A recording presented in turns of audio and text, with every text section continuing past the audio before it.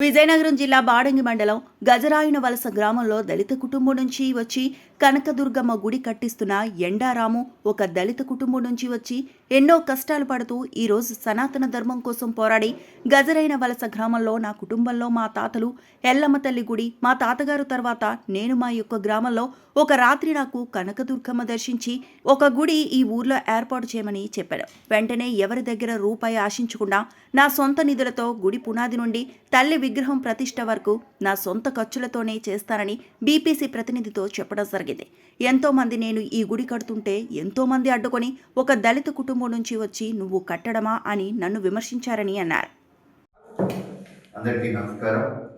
విజయనగరం జిల్లా బొబ్బిలి నియోజకవర్గం బాడి మండలంలో ఉన్న గజరాయున వలస ఒక దళిత కుటుంబం నుండి వచ్చి ఈరోజు దళితుల కుటుంబం నుండి వచ్చి ఒక కనకదుర్గమ్మ గుడి ఎంతో మంది కనకదుర్గమ్మ తెలియని వాళ్ళ గురించి వచ్చి ఇటువంటి మేలు చేయలేని వాళ్ళు ఒక దళిత కుటుంబం నుండి వచ్చి ఈరోజు గొప్ప కార్యాలు తల్లి గురించి కావచ్చు, ఒక ఎన్నో కష్టాలు చిన్నతనం నుండి ఎన్నో కష్టాలు పడుతూ తల్లిదండ్రులు ఒక దళిత కుటుంబంలో పుట్టి ఎన్నో ఎదురు దెబ్బలు భరించి ఎదుర్కొని చాలా దగ్గరగా చెడ్డనిపించుకున్నారు ఒక వ్యక్తి ఈరోజు తల్లి గుడి కట్టడం చాలా ఆనందకరం. మన మధ్యన మంత్రులు గారు ఉన్నారు. ఈ గుడికి ఎన్ని సంవత్సరాలు కడుతున్నారు? 3 సంవత్సరాలు.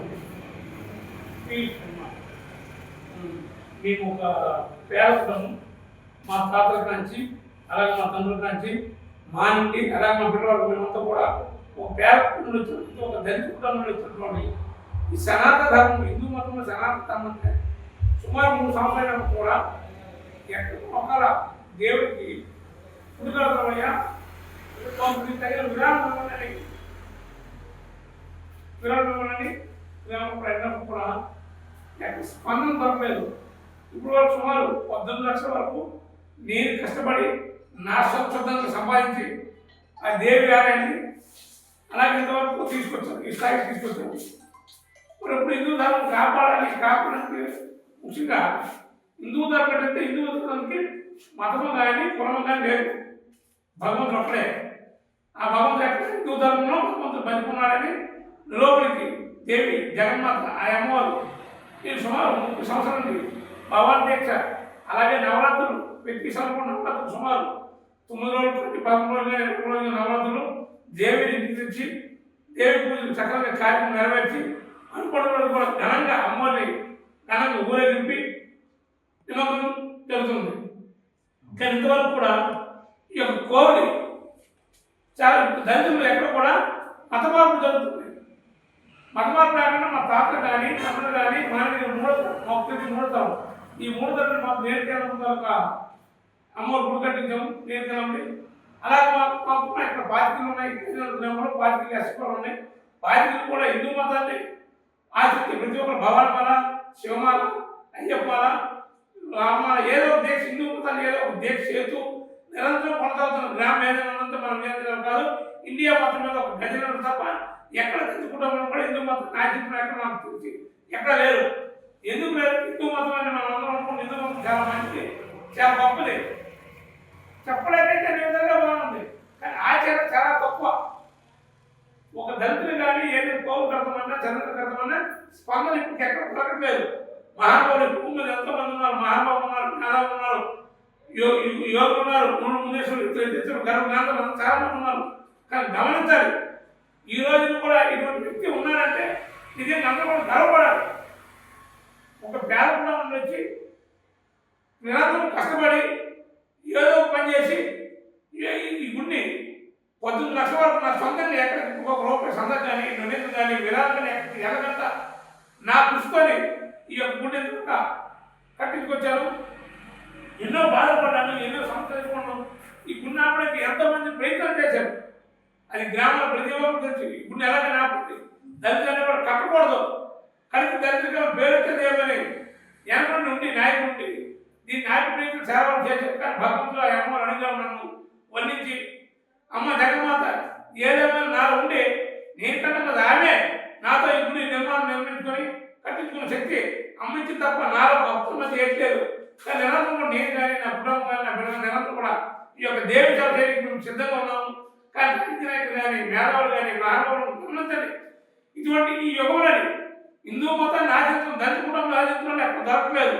ఇంతకు ముందు దళితులను కూడా మతాన్ని ఎందుకు మార్చారంటే హిందూ దేవాలయానికి వెళ్తే ఒక్కరు కాదు, గతం కూడా మా తాత కూడా మా తాతను కానీ మా తండ్రులు కానీ శివాలయం కానీ రామాలయం కానీ ఎక్కడికి వెళ్తే ఒప్పేవారు మీ దళితుల బాబు మీకు ఈ దేవుడు కాదు, మీ దేవుడు వేరే ఉండని చెప్పేసి మా వాళ్ళందరూ కూడా అలా సైతే తప్ప ఈ ఇండియాలో హిందూ మతాన్ని ఖచ్చితంగా ఆచరించాలంటే ఒక దళితులు ఎస్సీలు దళితులు తప్ప ఏ కులత కూడా హిందూ మతం ఆచరించలేదు.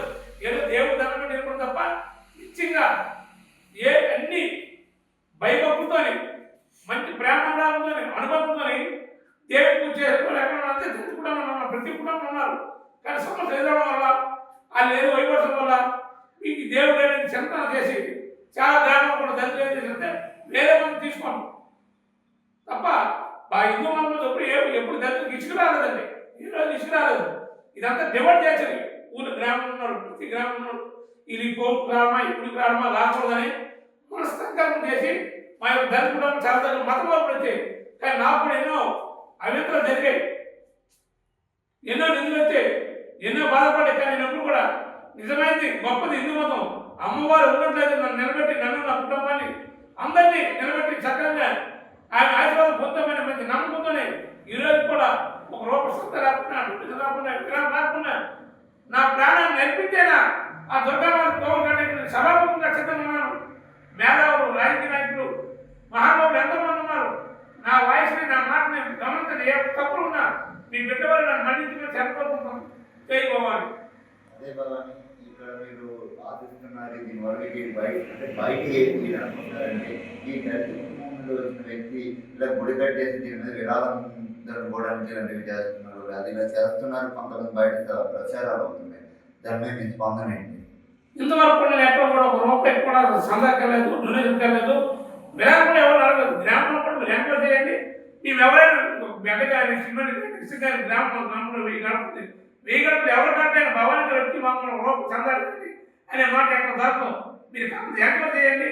ఎంక్వైరీ చేసి మీరు అయ్యా మీరు 60 జనాలు 20 చెప్పి మిగతా టీవీలో అనౌన్స్మెంట్ చేయండి. భవాన్ గారు బాబు టీవీలో చక్క చెప్పండి, ఊరికంతా అందరూ కూడా విరాళించి మందరు ఈ నిమ్మలంతా చెప్పి దాన్ని కూడా మీరు స్పష్టం చేసి మీకున్న రూట్లో ఛానల్ మీరు ఎంక్వైరీ చేయండి, తప్పలేదు.